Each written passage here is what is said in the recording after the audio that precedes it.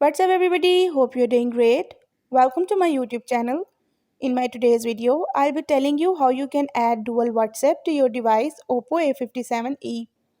So if you want to add dual WhatsApp to your device, you have to follow a few steps which I'll be sharing with you in my today's video. But before that, hit the red subscribe button and the bell icon so you won't miss any of my updates.